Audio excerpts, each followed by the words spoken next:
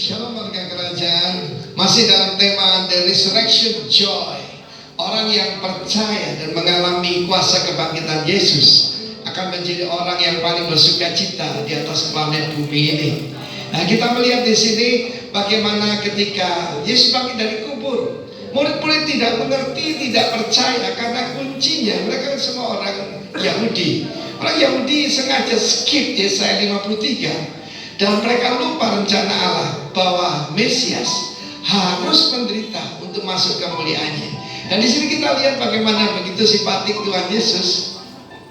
Dia menyapa Maria yang sedang menangis. Dan saya berbicara khusus buat mereka saudara yang kehilangan your loved ones selama 1 tahun ini, mungkin karena corona atau apapun, dan kau sedang menangis sebab kamu kira bahwa tidak ada kebangkitan dari antara orang mati. Kita berduka cita tidak seperti orang yang tidak punya pengharapan. Dan pengharapan kita, kalau Kristus dibangkitkan sebagai buah sulung, mereka yang percaya pada dia juga akan dibangkitkan bersama-sama dengan dia.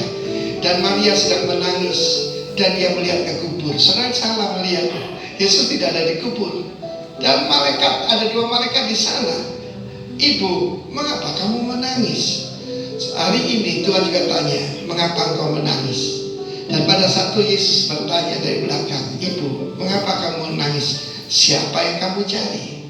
Jangan cari Yesus yang hidup di antara orang mati, oke? Dan kita melihat kemudian malah dituduh. Kalau Tuhan mengambilnya, ya, dikira pencuri, saudara. Orang lagi sedih, Tuhan dikira hantu. Maksudnya kuasa kegelapan. Kalau Tuhan mengambilnya, nanti aku yang akan ambil. Betapa kasih kepada Maria. Tapi pada saat itu Yesus manggil dengan penuh kasih, Maria. Kita tahu Maria Magdalena ini daripada yang telah diambil 7 roh jahat. Tetapi saudara membayangkan hidupnya begitu menderita, orang salah mengerti. Ya, dikatakan dia itu pelakor, dikatakan dia itu bejat dan sebagainya. Tapi ada satu yang memanggil dia dengan penuh hormat dan kasih. Ya, bahkan sangat personal, bukan lagi ibu.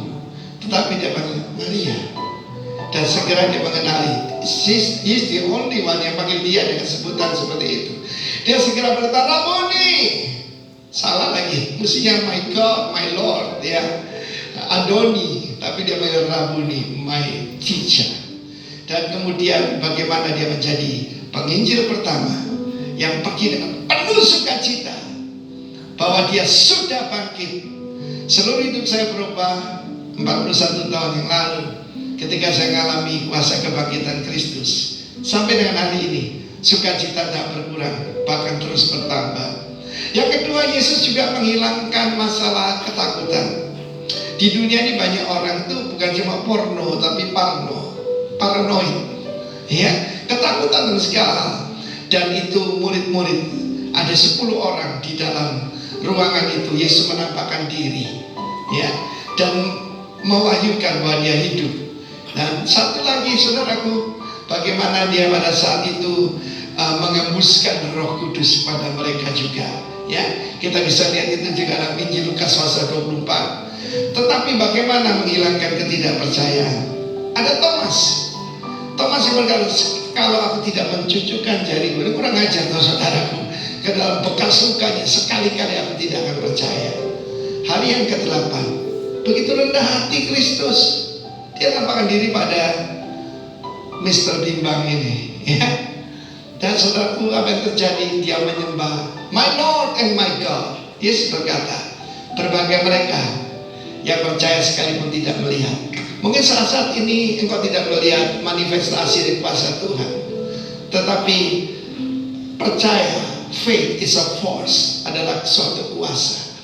Kiranya warga kerajaan, Roh Kudus lakukan hal-hal semacam ini dengan kuasa kebangkitan dari Yesus. Yang sedang bersedih dihiburkan, yang bimbang, yang ketakutan, segala kabut diangkat, kabut kesedihan menjadi percaya. God bless you, warga kerajaan. Amin. Shalom Bapak Ibu Saudara. Ada sukacita pagi hari ini? Amin. Biar sukacita yang daripada surga turun ke tempat ini. Amin. Mari kita berdoa. Tuhan, kami mengucap syukur untuk segala kebaikan Tuhan. Pagi hari ini kami boleh ada dalam keadaan yang baik. Kami mau bersama-sama menaikkan syukur kami ya Tuhan. Dan biarlah hadirat-Mu, lawatanmu boleh kami nikmati pagi hari ini. Terima kasih Tuhan. Dalam nama Tuhan Yesus kami mau menaikkan syukur kami. Haleluya. Amin.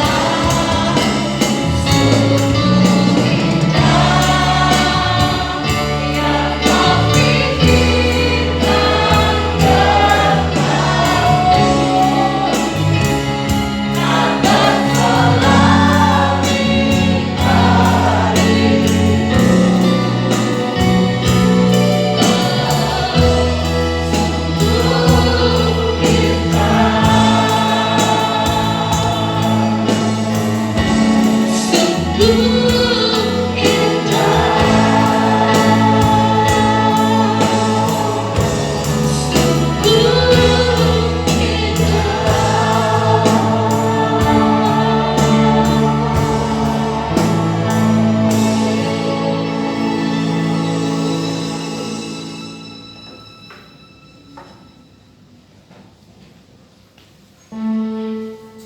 kasih Tuhan. Kami bersyukur karena Tuhan yang lebih dulu mengasihi kami. Engkau Allah yang mencari kami, bukan kami yang lebih dulu mencari Engkau Tuhan. Karena itu pagi hari ini bahwa setiap kami, sekalipun kami tak sanggup menyelami setiap apapun yang Kau kerjakan dalam hidup kami, namun kami belajar dan kami mau belajar mengerti bahwa Engkau sungguh dahsyat bagi kami.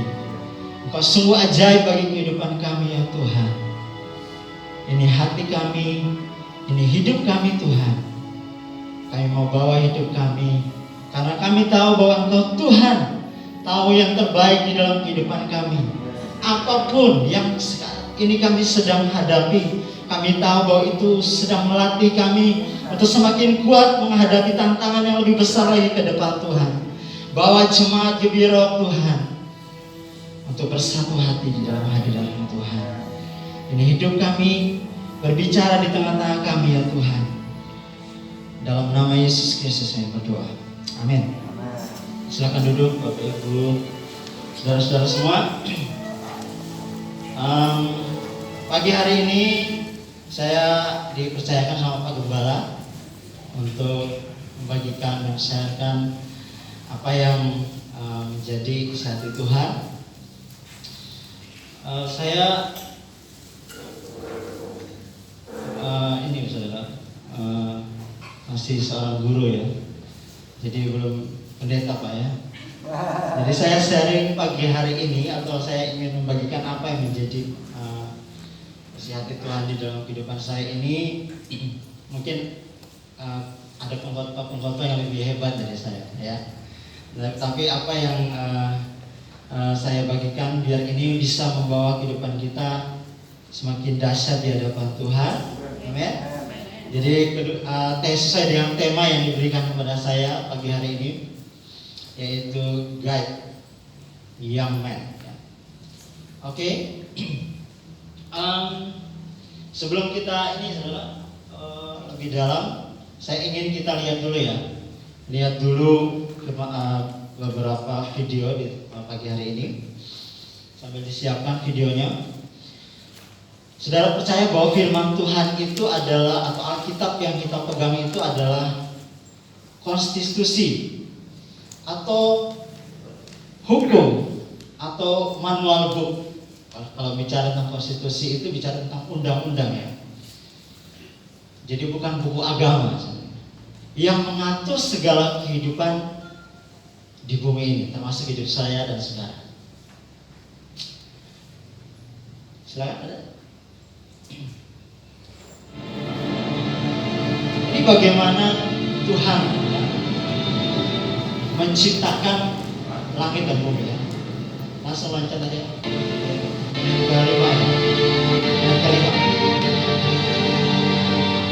Jadi Musa diwahyukan oleh Tuhan untuk menceritakan kepada kita bagaimana Allah menciptakan langit dan bumi, termasuk saya dan saudara. Jadi saya ingin menceritakan ini kepada Bapak Ibu, saudara-saudara semua, bagaimana Tuhan itu sangat detail, sangat concern terhadap kehidupan saya. Baca masuk di menit kelima ya. Baca aja.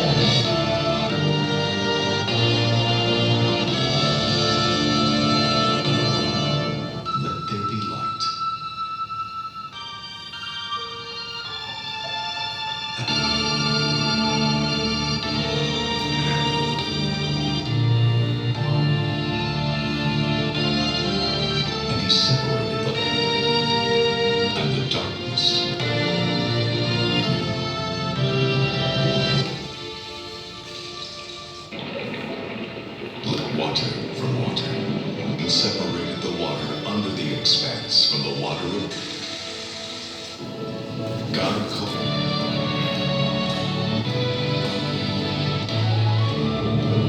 Jadi ketika kita menyembah Tuhan, harusnya kita merenungkan di situ. Sungguh besar. I be gathered to one.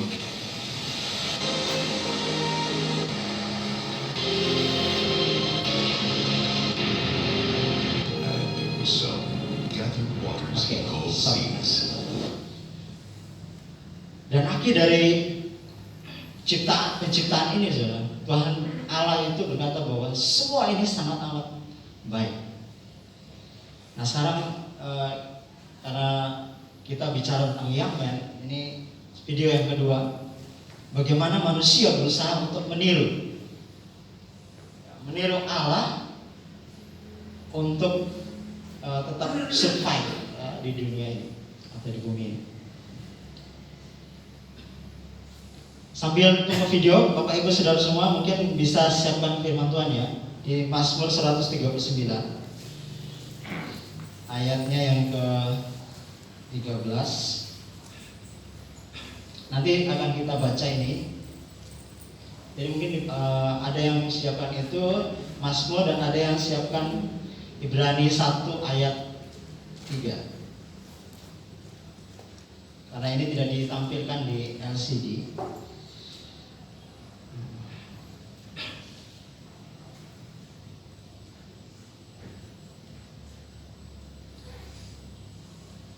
Oke, supaya kita melatih diri kita untuk ini ya, supaya bisa tetap baca firman. Oke. Jadi begini, kamu bahkan belum lahir tapi orang tuamu sudah tahu akan seperti apa wajahmu. Di tahun Ini kehidupan 2021, teknologi terkait Simbol- DNA sangat canggih sampai bisa memprogram manusia lebih dulu. Warna mata, rambut, bentuk wajah dan hidup, Bisa nanya. bibir, panjang jari, struktur tubuh, itu semudah memilih dari menu, seperti membuat karakter di game RPG. Semua orang terlihat rupawan, tidak ada lagi diet, tidak perlu pergi ke gym, dan tubuh sehat kini milik semua orang. Hanya butuh sedikit modifikasi gen dan cairan khusus yang dipenuhi beberapa juta nanorobot. Rekayasa hayati dan teknologi medis memungkinkan manusia mengubah tubuh dan pikiran mereka kapanpun.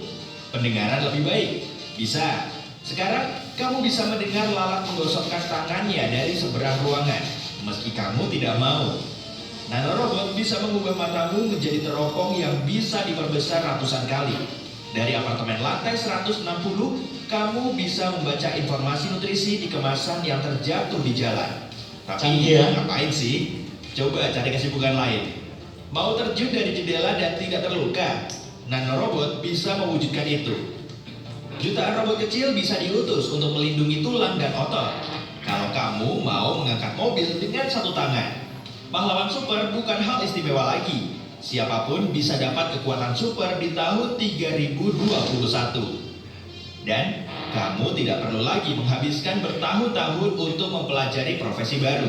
Kamu tidak perlu kuliah untuk mendapatkan pekerjaan bagus. Unduh saja semua keterampilan dan pengetahuan yang kamu butuhkan. Nanorobot medis bisa masuk ke otak dan memperbaiki suasana hatimu. Kamu bisa menjadi bahagia, marah, lucu, sedih hanya dalam sekejap. Oke. Otak bukanlah misteri lagi.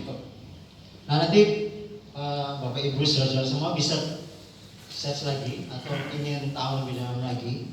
Jadi ini cuma cuplikan-cuplikan aja supaya maksudnya apa yang ingin saya bagikan pagi hari ini, kita mengerti bahwa perkembangan zaman itu sungguh amat sangat cepat banget. Jadi kalau saya bicara tentang firman Tuhan, itu sebenarnya Tuhan itu sudah jauh lebih dulu daripada teknologi ini. Ini planning manusia.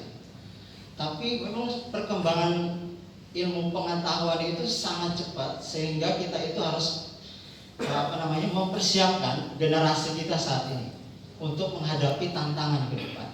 Bayangkan itu tidak perlu dokter lagi ya. Kalau sudah nanorobot itu kan sudah ada ya. Sudah ada sekarang teknologi itu. Jadi kalau apa namanya, bukan apa lagi, itu bukan angan-angan lagi. Nah, kalau generasi kita nggak siap, mereka akan berpikir kayaknya nggak butuh Tuhan ya. Benar nggak?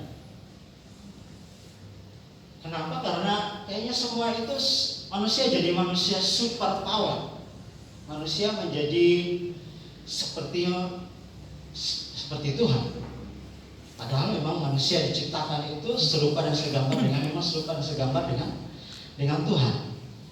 Tapi karena manusia punya kehendak bebas, punya keinginan yang jauh untuk melebihi Tuhan, itu berbahaya.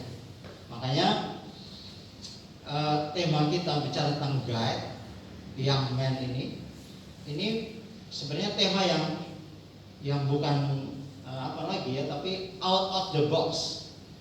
Tema yang sudah harus kita sebagai jemaat Tuhan itu menyadari bahwa zaman kita ke depan itu tidak main-main. Karena kalau kita bicara firman Tuhan secara biasa saja, kita pasti akan merasa kayaknya Tuhan ketinggalan ya. Padahal kalau kita merenungkan lebih dalam, Tuhan itu sudah lebih keren ya. Cuman karena itu tadi ya, manusia diberikan kehendak bebas untuk memutuskan apapun di bumi ini. Ya, jadi otoritas sepenuhnya itu sudah Tuhan berikan bagi kita untuk berkuasa di bumi ini. Oke, Els, silakan. Ini PowerPoint yang saya siapkan sesuai dengan tema kita. Young man itu bicara tentang orang muda. Ya, jadi orang muda itu butuh dibimbing ya, butuh diarahkan. Karena kalau mereka nggak diarahkan, pasti lost control. Makanya firman Tuhan berkata, ajarkanlah mereka itu baik di depan, baik di ladang, baik di mobil, baik di mana saja, supaya mereka mengerti tentang siapa Tuhan dan siapa mereka. Oke.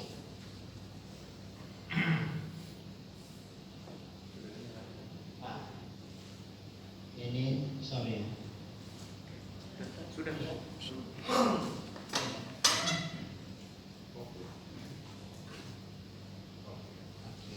Thank you.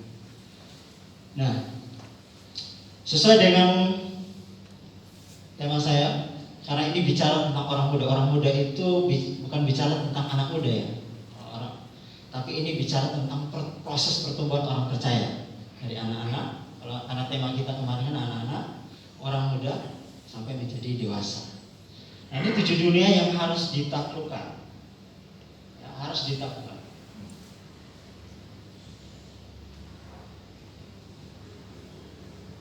Dunia ya. Yang pertama adalah art, gitu ya, art dan olahraga ya. Karena di GPIRO kan punya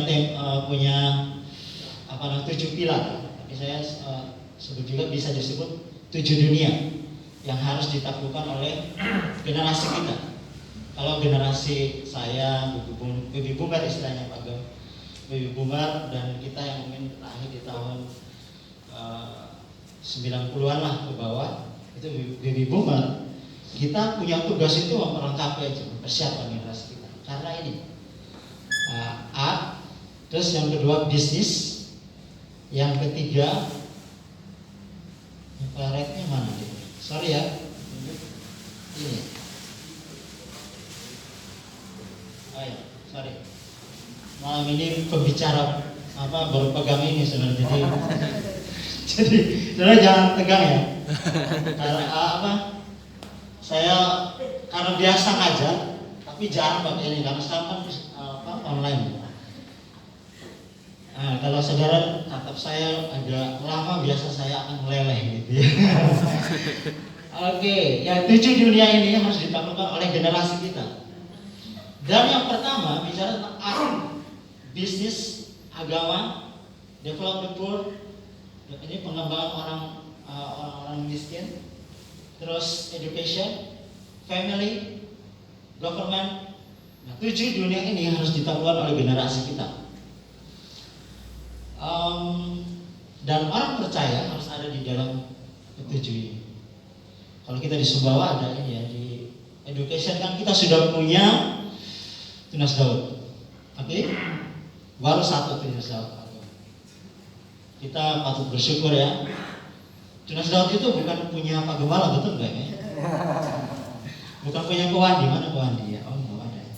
Bukan punya orang-orang yang posisi, tapi punya kita, jemaat Tuhan. Dan kita semua harus bangga bahwa kita ada di kota ini bukan untuk hanya sekedar ibadah, tapi bagaimana kerajaan Allah itu dinyatakan di 7 area, 7 dunia ini. Kita juga punya di mana bisnis. Nah, kalau bicara bisnis kan banyak, ya, ada toko modest, ada Cinta Motor, ada roda mas, ada Konodal, ada konveksi apa, toko kancing, punya toko restu. Wow, itu banyak ya. Dan kita harusnya bangga kepada Tuhan yang memberikan kepercayaan kepada kita di kota ini untuk memberi dampak kepada 7 dunia. Ya. Dan saya percaya bahwa ketika kita mengerti ini, kita akan bergairah di dalam tugas dan tanggung jawab kita. Ini develop before ini saya suka ini ya. Katanya siapa? Saudara kenal ya? Mother Teresa. Tahu ya, tapi nggak kenal. Okay. I alone cannot change the world, but I can cast a stone across the water to pray many peoples. Saya ini tidak dapat mengubah dunia, tetapi saya dapat melemparkan sebuah batu ke atas air dan mengkreasikan riak-riak. Saudara, hanya riak aja, tetapi India mampu dikasih dampak yang dahsyat oleh seorang mantan guru SMA dia. Tapi karena dia punya hati pada orang miskin yang ada di India, dia mampu berbicara kepada bangsa-bangsa. Dia bicara di universitas terkenal Harvard, orang-orang pintar. Dia bicara tentang bagaimana dia menangani kemiskinan di India. Saya rindu bahwa setiap kita di tempat ini, ketika saya berbicara ini, kita menangkap apa yang menjadi isi hati Tuhan tentang hal ini. Sehingga ketika kita ibadah, itu kita berjumpa dengan Tuhan, berjumpa dengan pribadi Tuhan. Ketika kita ada di tempat pekerjaan kita bawa orang-orang itu untuk berjumpa dengan Tuhan kita. Amin. Yes. Ini ayat yang menonton kita pagi hari ini, kita baca yuk. 1 Yohanes 2 ayat 12. 1, 2, 3. Aku menulis kepada kamu, hai anak-anak, sebab dosamu telah diampuni oleh karena namanya. Aku menulis kepada kamu, hai bapak-bapak, karena kamu telah mengenal Dia yang ada dari mulanya. Aku menulis kepada kamu, hai orang-orang muda, karena kamu telah mengalahkan yang jahat. Oke, ini proses pertumbuhan tadi ya.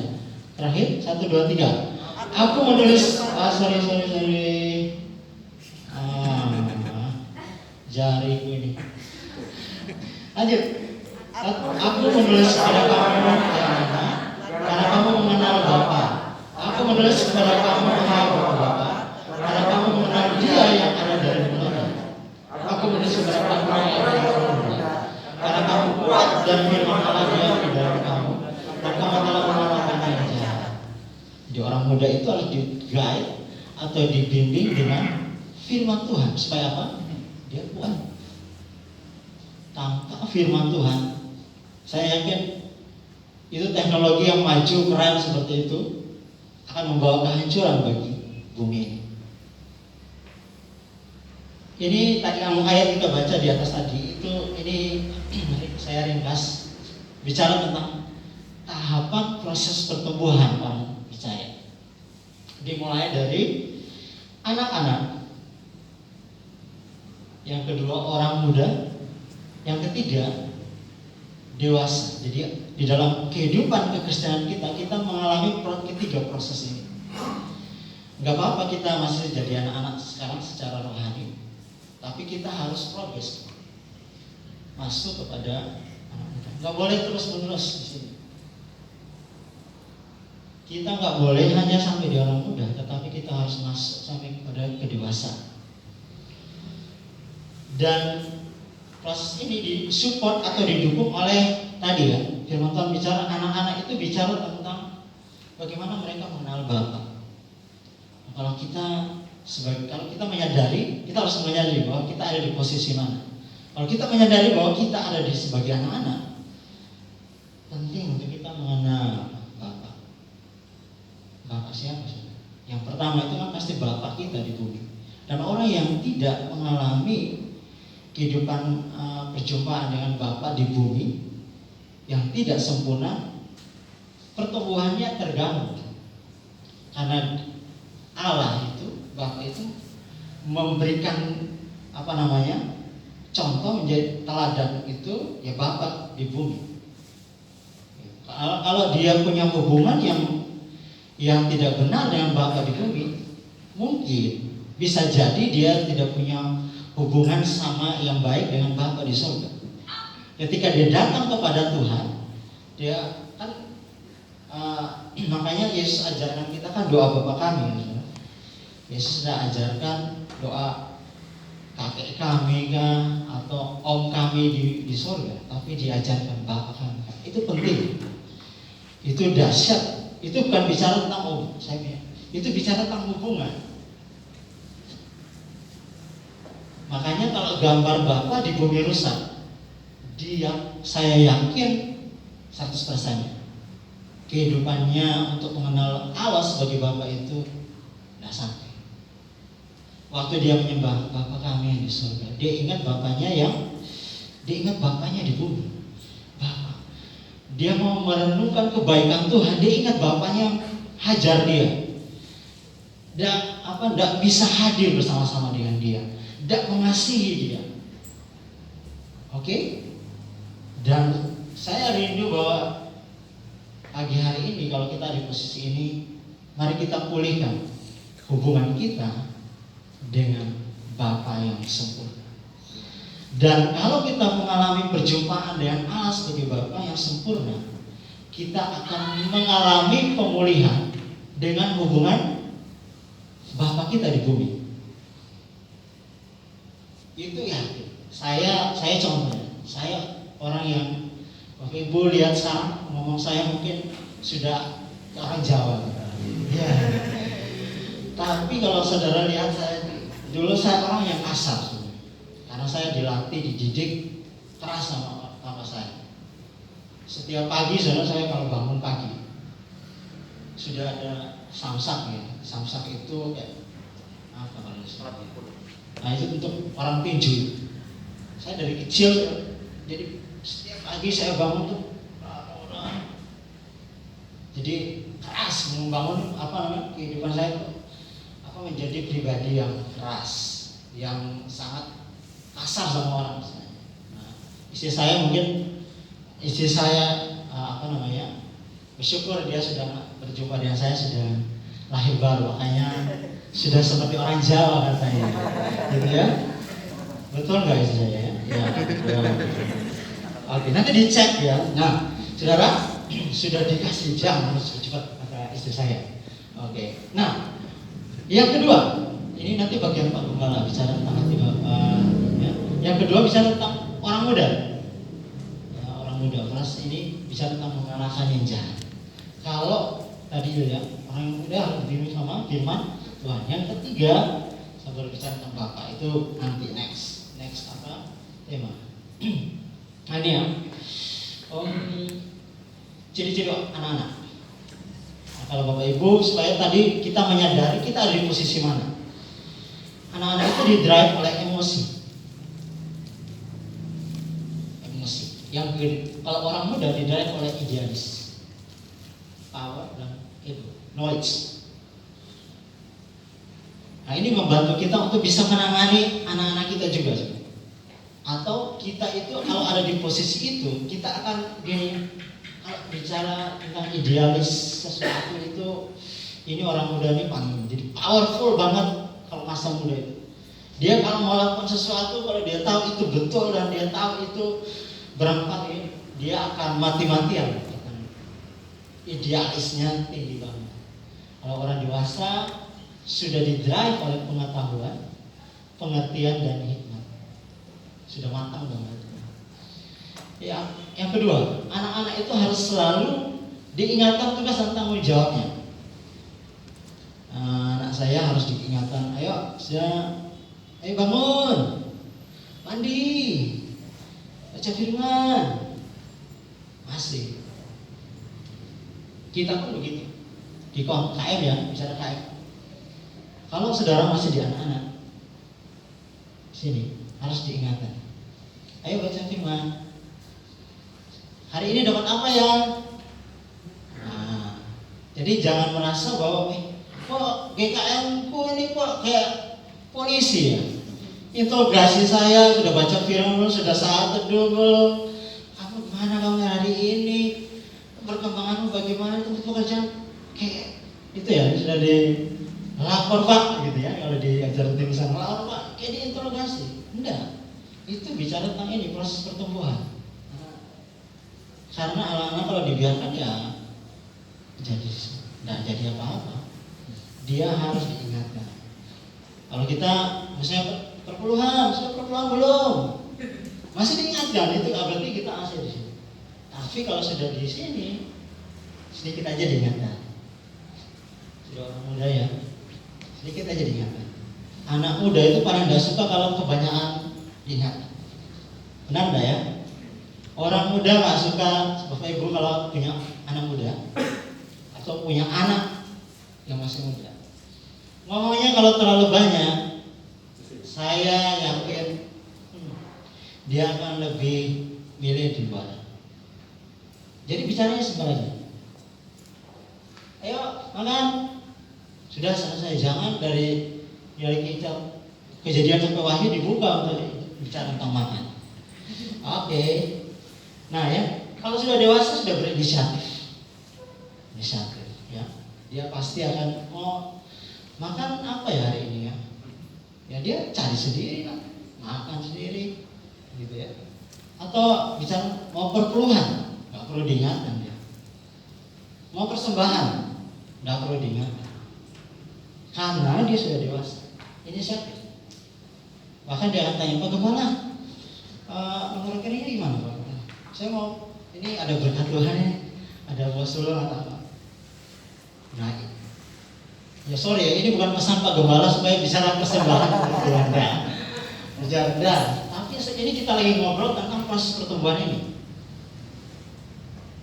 Oke, yang ketiga selalu komplain. Kurang ini lah, Pak, aku nggak punya ini Pak. Sepatu kok dosa Pak gini, ini komplain. Kalau jalan jemaat, apa sih yang kurang ini? Ini LCD-nya kurang bagus, harus ganti LED kan. Ini speakernya kayaknya sudah jadul katanya. Harus diganti.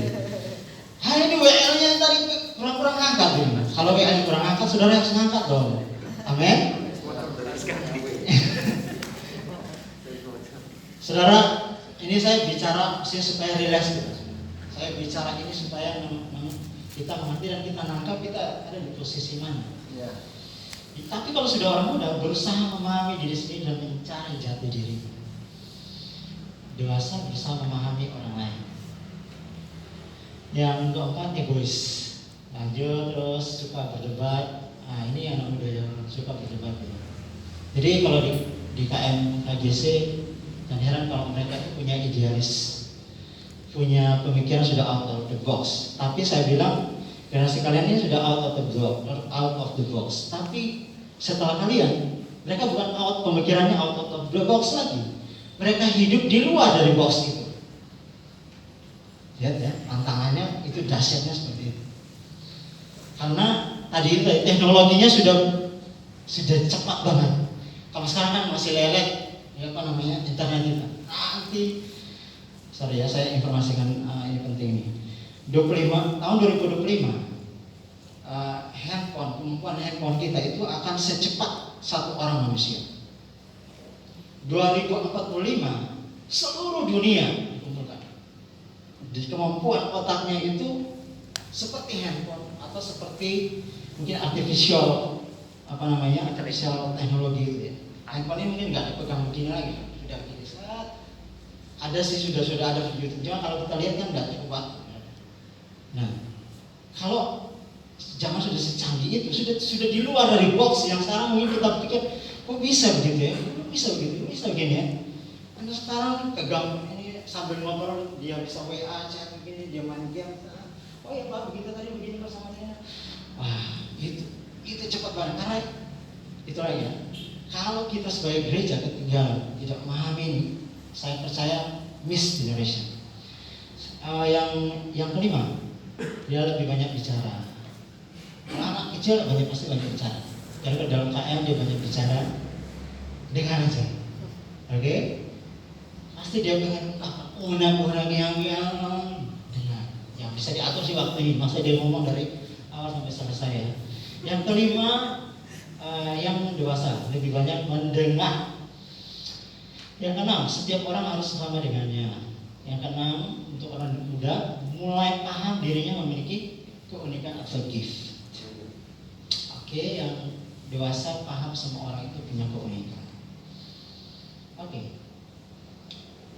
Nah, setiap kita itu punya keunikan ya. Kita baca sama-sama yuk, Yeremia 1 ayat 5. 1, 2, 3. Sebelum aku membentuk engkau dalam rahim ibumu, aku telah mengenal engkau, dan sebelum engkau keluar dari rahimmu, aku telah menguduskan engkau. Aku telah menetapkan engkau menjadi nabi bagi bangsa-bangsa. Keren. Sebelum saya ada, ternyata kita itu sudah dikenal oleh Tuhan. Bisa nggak ya? Sebelum saya ada sekarang ini, sebelum saya dibentuk aja di dalam buah kandungan ibu saya, sebelum saya ada di dalam perut ibu saya, bayangkan itu sudah ada di dalam Tuhan, dan Tuhan itu sudah mengenal. Sebelum engkau keluar dari kandungan, aku mengudus. Oke, kan kita baca Mazmur 139. Karena ini akan cepat ya. Ayatnya yang ke-13. Tidak di sini. Kita baca di dalam gadget kita. Oke. Saya akan bacakan Mazmur semua. Mazmur 139 ayat 13. Sebab engkaulah yang membentuk buah pinggangku, menenun aku dalam kandungan ibuku. Aku bersyukur kepadamu oleh karena kejadianmu dahsyat dan ajaib. Ajaib apa yang kau buat, dan jiwaku benar-benar menyadarinya. Tulang-tulangku tidak terlindung bagimu. Ketika aku dijadikan tempat yang tersembunyi, aku direkam di bagian-bagian bumi yang paling bawah. 16. Matamu melihat selagi aku bakal anak, dan dalam kitabmu semuanya tertulis hari-hari yang akan dibentuk sebelum ada satu pun daripada. Oh, ini keren ya. Kalau Tuhan itu buat buku, kira-kira bukunya bestseller enggak? Itu di atas dari bestseller ya. Tapi ternyata kitabnya Tuhan itu bukan tentang apa, tentang hari-hari yang semuanya itu tentang kita, tentang saya. Saya sebelum ada sekarang ini sudah ada buku yang akan saya langkah dalam hari-hari itu, dalam detik-detik. Semua itu sudah ada di dalam kitabnya Tuhan. Keren ya, kalau bukunya Tuhan. Jadi saya ada itu bukan ketika saya sudah baru lahir, tapi semua itu sudah ada di dalam Tuhan. Dan semua yang akan kita lalui, termasuk corona hari ini. Halo? Itu keren itu. Jadi kalau kita ada hari ini, itu karena semuanya telah dicatat dalam bukunya Keren nggak? Tulisannya Tuhan, catatannya Tuhan tentang hidup. Kalau kita menyadari ini, kita akan mengerti identitas kehidupan kita di dalam Kristus. Kita nggak main-main dengan hidup kita nggak habiskan waktu kita dengan, tapi kita lakukan itu karena kita menghormati, kita menghargai Sang Pencipta, Sang Sumber. Haleluya. Oke? Semua kita telah diciptakan oleh Allah dengan segala potensi untuk mencapai tujuan yang ditetapkan oleh Allah. Oke, kita baca ini ya.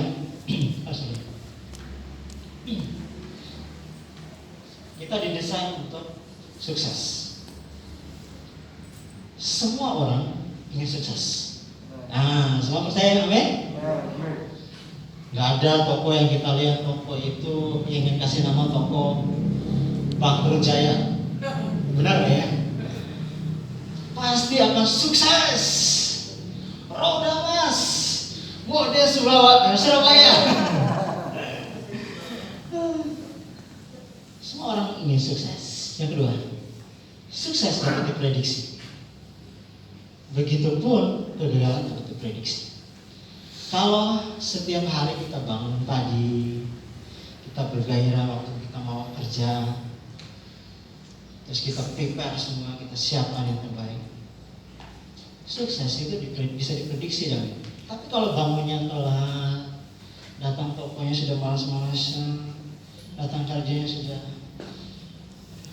bos hari ini yang masuk bosnya pinggang sakit, ini loh gagal. Itu diprediksi nanti 1 tahun, 2 tahun ke depan, 3 tahun ke depan itu bisa terjadi. Oke? Tapi ini 4 didesain untuk difungsikan sesuai hukum atau firman Tuhan. Ya, kesuksesan itu didesain sesuai dengan fungsi. 5. Hukum atau prinsip firman Tuhan membuat hidup kita itu dapat diprediksi. Nah, Allah mendesain kita untuk sukses. Sudah pasti sukses. 7. Kesuksesan kita baik bagi Allah. Kesuksesan produk melindungi reputasi atau nama baik atau handphone. Saudara punya handphone ya? Itu sebelum disaringkan atau dijual ke seluruh dunia, itu di pabriknya dites.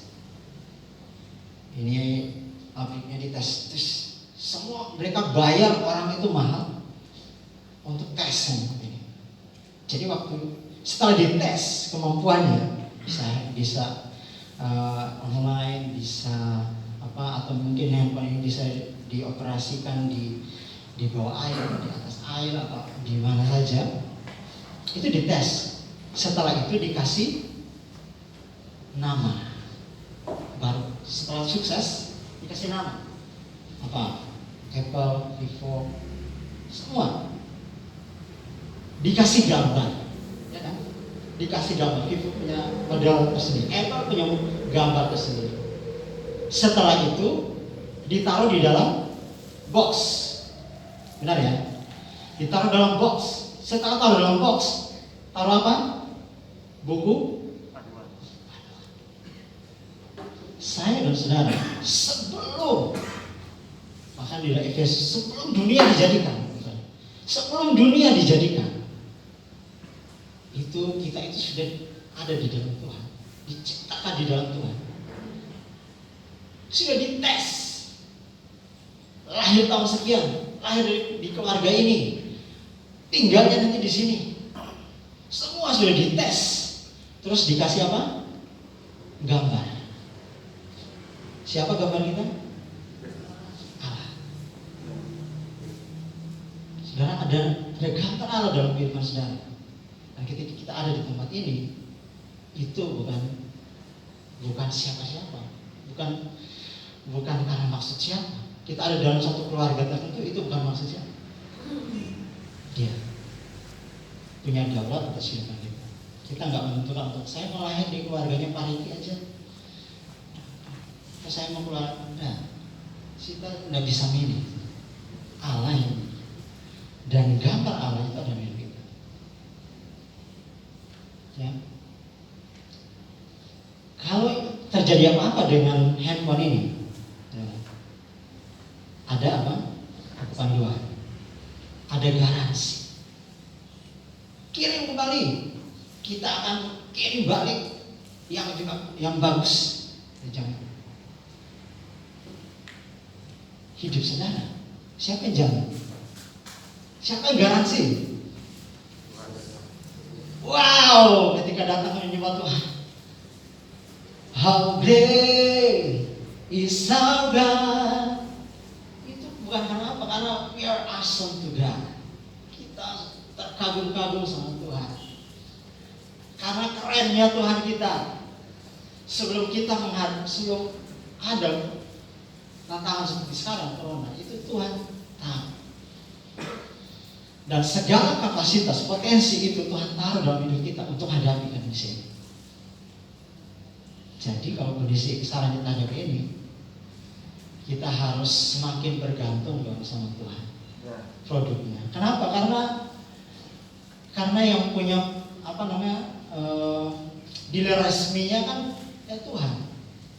Saya kalau saudara punya produk yang asli terus saudara bawa ke dealer yang tidak resmi, ya pasti ya rusak lah, nggak ada garansinya, nggak ada jaminan. Tapi kalau itu adalah pabrik yang yang memproduksi ini, dia jamin 100%, sekalipun dia nggak kenal sekarang. 9. Kesuksesan bukanlah hasil usaha manusia. Sukses adalah hasil dari ketaatan terhadap hukum. Kesuksesan adalah sebuah hasil. Oke, sukses adalah hasil dari ketaatan terhadap hukum atau prinsip. Saudara punya punya benih. Di dalam benih itu sudah ada jaminan bahwa akan tumbuh pohon. Intinya harus ditanam di tanah. Saudara ditanam di mana? Saudara dan saya ditanam di dalam rumahnya Tuhan. Oke. Kunci untuk ini terakhir ya. Kunci menjadi sukses bukanlah sukses, akan tetapi menjadi pribadi yang bernilai. Loh, katanya sukses. Tapi kok kunci menjadi sukses bukanlah sukses, akan tetapi menjadi pribadi yang bernilai. Apa maksudnya ya? Yang pertama, bisa baca di belakang ya. Semakin banyak nilai yang ditambahkan dalam diri Anda, maka dengan sendirinya Anda menjadi pribadi yang sukses. Yang kedua, berhenti mengejar uang karena uang ditarik kepada sesuatu yang bernilai. Saudara ingin sesuatu itu ditarik dalam hidup saudara harus menjadi pribadi yang bernilai, maka dijamin pasti kesuksesan itu menjadi bagian dari hidup saudara dan saya. Jadi jadikan diri saudara volunteer bagi gift atau karunia yang Tuhan karuniakan dalam hidup saudara. Perjumpaan murid-murid dengan Yesus menjadikan hidup mereka bernilai kerajaan Allah.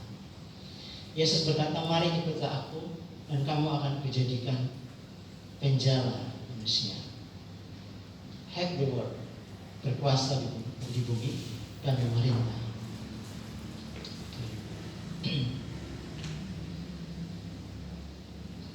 Pola yang diikutkan Yesus, melihat dan mendengar apapun yang Yesus lakukan, pasti karena melihat, mendengar Bapa. Yang kedua, Yesus memilih 12 orang murid to have the word. Saudara bisa bayangkan untuk menjangkau dunia 12. Hanya 12. Tidak. Itu pun nelayan. Yang ketiga, Yesus bekerja bersama mereka. Yesus tidak hadir di dalam sinagog terus datang buat KKR. Datanglah, kamu akan dijadikan penjala manusia.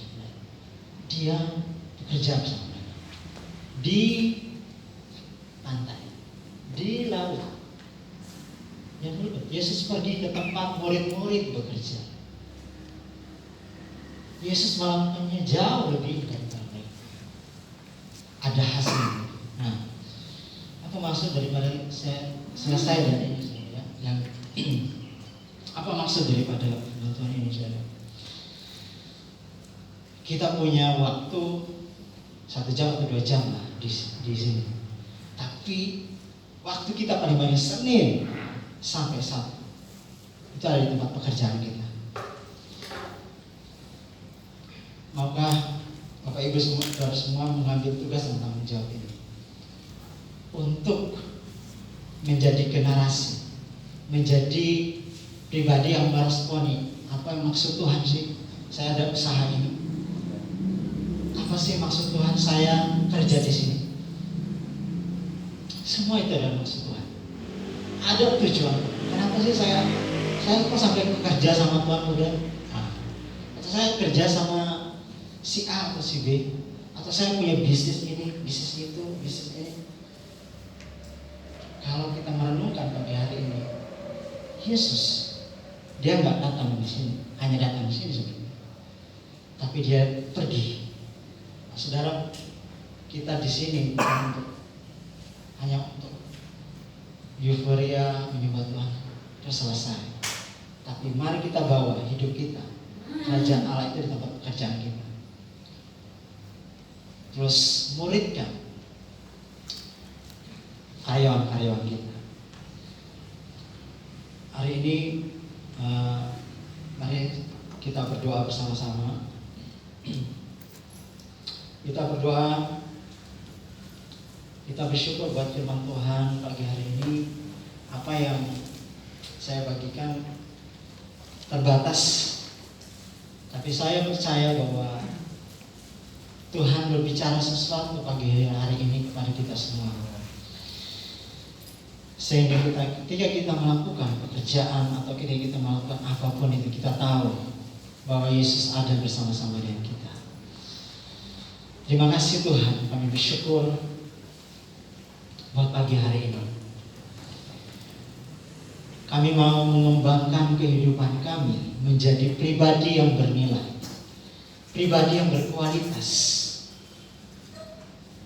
karena Tuhan ada di dalam hidup kami. Semua yang ada dalam kehidupan kami, usaha kami mau mengembangkan itu lagi, lebih dalam lagi, bersama dengan Engkau Tuhan. Karena kami tahu bahwa Tuhan melakukan jauh lebih baik daripada kami. Hikmat Tuhan memampukan kami untuk menghadapi setiap tantangan yang saat ini sedang kami hadapi.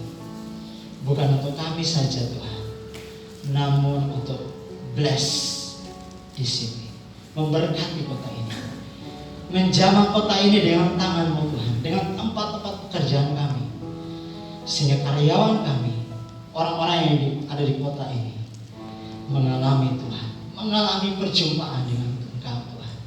Pakai hidup kami, bawa hidup kami lebih dalam lagi ya Tuhan.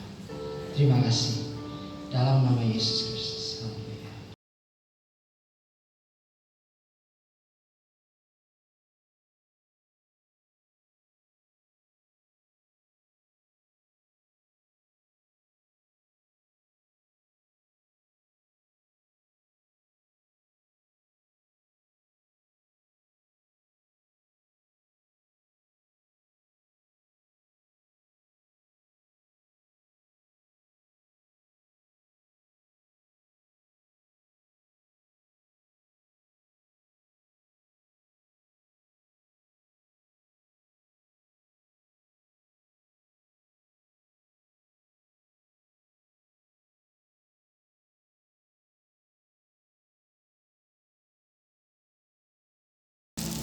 Sebelum kita terima perjamuan kudus, mungkin ada dari Bapak Ibu yang belum menerima supaya kami bisa melayani. Sudah ada semua? Mari kita bangkit berdiri bersama-sama.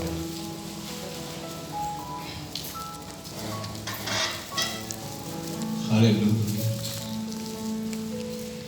Oleh karena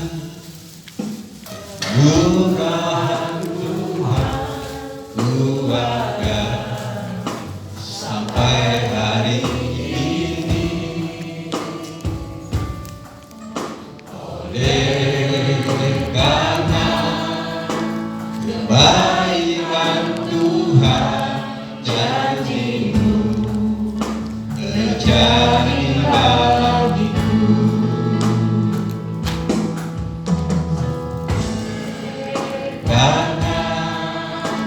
kemurahan Tuhan ku ada sampai hari ini. Oleh karena kebaikan Tuhan, janji-Mu terjadi bagiku. Kami sembah-Mu, Kau Tuhan, Ku mengangkat tanganku, selamanya Kau ajaib bagiku. Ku sembah Kau Tuhan, Ku mengangkat wajahku, selamanya Kau hebat bagiku. Kami sembah, ku sembah Kau Tuhan, Ku mengangkat tanganku, selamanya Kau ajaib bagiku. Ku sembah Kau Tuhan, Ku mengangkat wajahku, selamanya Kau hebat bagiku. Selamanya Kau hebat bagiku. Selamanya Kau hebat bagiku. Haleluya. Engkau yang hebat, Engkau yang ajaib. Apapun kecanggihan dunia hari ini, Engkau tetap ada di atas segala-galanya. Engkau Allah yang layak dipuji disembah. Yesus, Engkau hebat. Roh di bagimu, di pangkala bahasa hebat. Di pangkala bahasa inago. Di pangkala bahasa inago. Di pangkala bahasa inago. Haleluya. Glory bagimu. Karabas, karabas, karabas, karabas,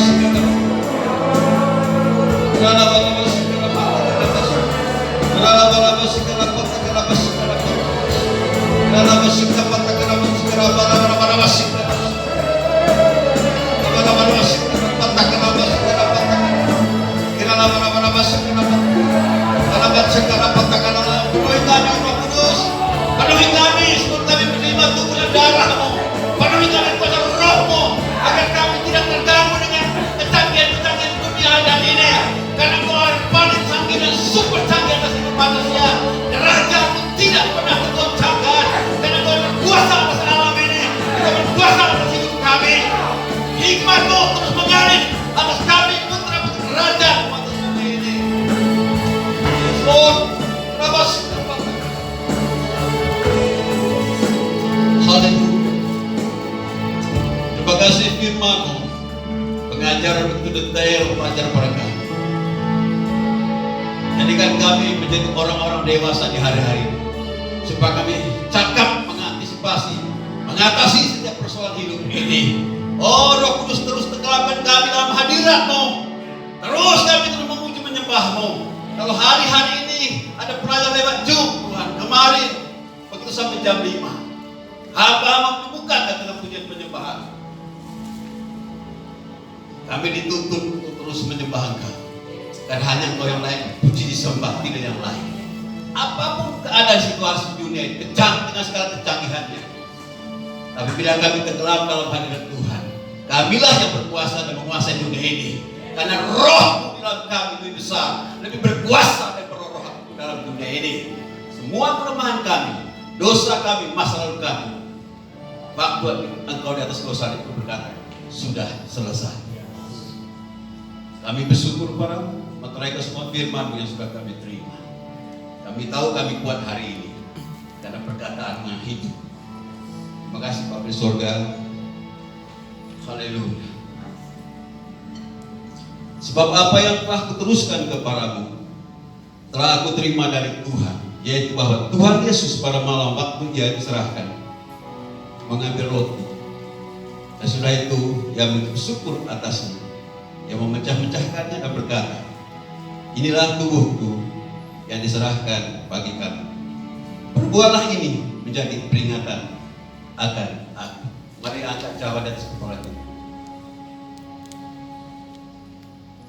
Kami bersyukur dan berterima kasih kepadamu. Engkau rela mati untuk menebus dosa-dosa kami. Haleluya. Kami tidak ada lagi di bawah hukuman, di bawah kutuk. Kami menjadi orang-orang yang merdeka. Kami adalah orang-orang penuh hikmat Tuhan oleh kuasa darah-Mu sendiri. Terima kasih Tuhan. Terima kasih. Saudara yang dikasih dalam Tuhan. Bukankah roti yang kita angkat di atas kepala kita ini merupakan persekutuan intim bersama tubuh Tuhan Yesus? Amin. Amin. Mari kita makan dalam nama Yesus.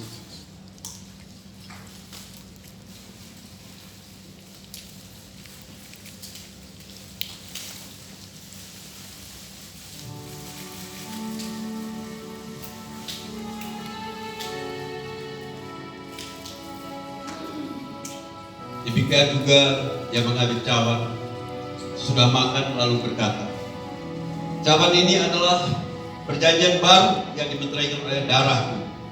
Perbuatlah ini setiap kali kamu meminumnya menjadi peringatan akan aku. Mari angkat cawan di atas kepala kita.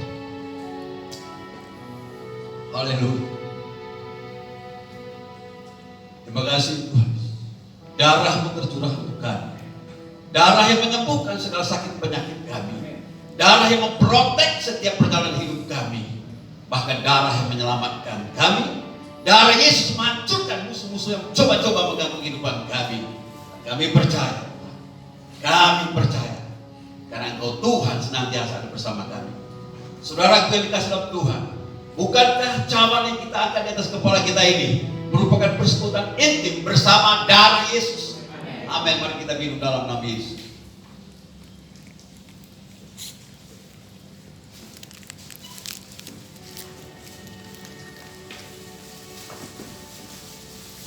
Mari kita bersyukur.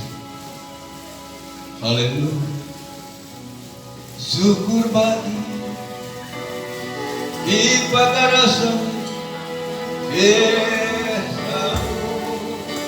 Rabas ibadah rasa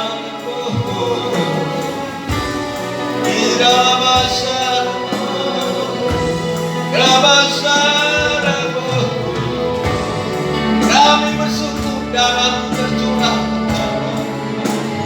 Kami bersyukur kuasa darah membebaskan kami, melepaskan kami dari semua ikatan kami. Dan pujilah Kau Tuhan, para bangsa di bagara bangsa bakara masikara pakulipa para bangsa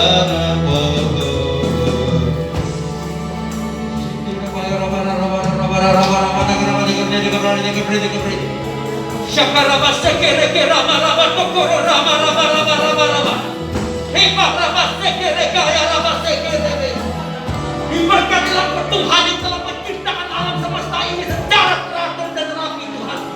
Karena itu perjalanan buat gereja, itu perjalanan buat kami sebagai jemaat yang ada dalam GBI Sumbawa. Engkau telah menetapkan sebuah perjalanan yang penuh dengan kasih karunia.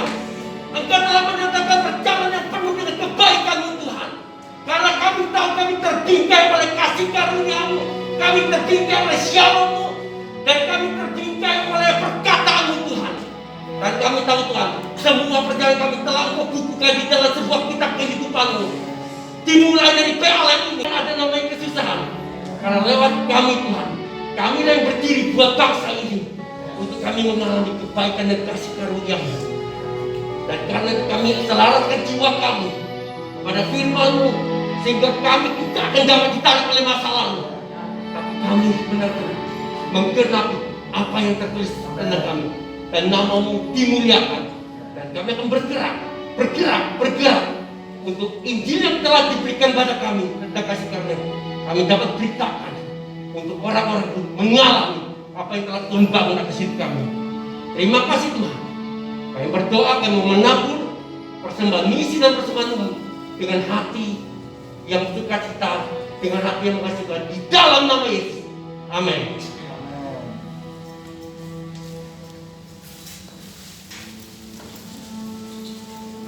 Shalom, Bapak Ibu, saudara-saudara yang dikasih nama Tuhan. Sedikit pengumuman untuk kita hari ini. Dan yang pertama mungkin tadi pembicara sudah memberikan video untuk menggugah iman kita untuk pelajaran anak muda sampai dewasa. Kalau sekarang saya mau menampilkan juga sedikit video untuk menggugah hati bapak-bapak, saudara-saudara yang ikut merasakan dan meringankan beban teman-teman kita yang ada di Bima. Silakan Bapak.